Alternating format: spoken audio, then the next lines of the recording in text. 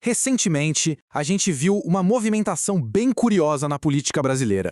Surgiu uma nova lei e, junto com ela, um discurso que surpreendeu muita gente, vindo do presidente. Vamos dar uma olhada no que está por trás dessa história.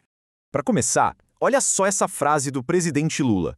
É uma linguagem de mão dura, bem forte, que acabou chamando a atenção de todo mundo e que nos leva direto para o centro da nossa análise de hoje. Então a grande questão é essa, né? Por que um presidente que geralmente tem uma postura mais branda nesse assunto, de repente começa a usar o mesmo tipo de discurso dos seus oponentes? O que será que está por trás dessa mudança? E o centro de tudo isso é uma nova legislação. É a chamada Lei Antifacção, que foi sancionada recentemente e que tem como objetivo principal ser uma nova ferramenta no combate às organizações criminosas no Brasil. Ok, então, para entender todo esse debate, primeiro a gente precisa dar um passo atrás e ver o que essa lei de fato estabelece. O que tem de novo nela? Bom, o coração da lei é esse conceito aqui: domínio social estruturado. Basicamente, a ideia é transformar em crime não só os atos isolados, como um roubo ou um assassinato, mas o controle territorial em si que as facções impõem. E na prática, o que isso quer dizer? Quer dizer que agora a lei mira em ações bem específicas. Coisas como, por exemplo, usar barricadas para a polícia não entrar, ou impor um pedágio para os comerciantes locais. Ações que são, assim, a marca registrada dessas organizações criminosas. Beleza. Agora que a gente já entendeu o básico da lei, vamos mergulhar na análise da fonte que a gente usou para essa discussão, que traz uma visão mas bem crítica mesmo sobre o assunto.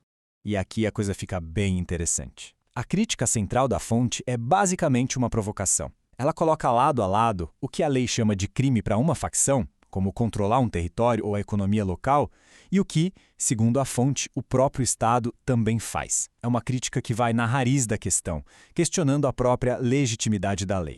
E não para por aí. A fonte também levanta uma bandeira vermelha sobre como essa lei pode ser usada na prática.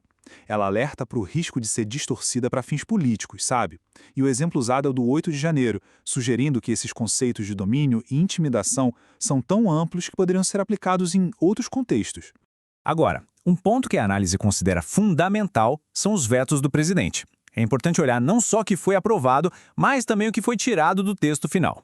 A fonte foca em 2 vetos principais. O primeiro, aquele que impedia punir quem colabora com as facções, mesmo sem ser membro oficial. A justificativa do governo foi proteger organizações comunitárias legítimas. Já a fonte interpreta isso como uma forma de poupar uma parte da galera. O outro veto barrou a divisão dos bens apreendidos com estados e municípios. A fonte enxerga aí uma manobra para manter o dinheiro todo com o governo federal.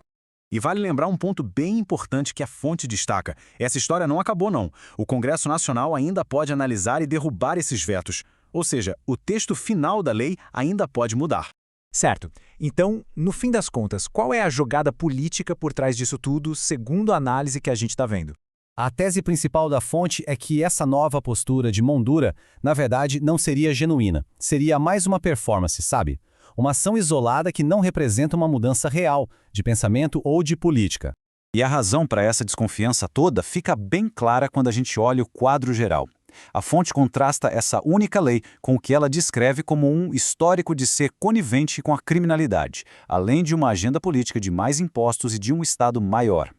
A inconsistência para essa análise é o que chama atenção. E é justamente por causa dessa suposta inconsistência que a fonte acredita que a manobra não vai colar. A comparação que ela faz é com a isenção do imposto de renda, uma medida que parece boa isoladamente, mas que não muda a percepção geral sobre a política econômica. A fonte argumenta que o mesmo vai acontecer aqui com a segurança pública. E tudo isso nos leva a uma reflexão final, né? Quando o assunto é política de segurança, onde que termina a ação de verdade e onde começa o jogo de cena, a performance política? A linha entre uma coisa e outra, como a gente viu, pode ser bem mais fina do que parece.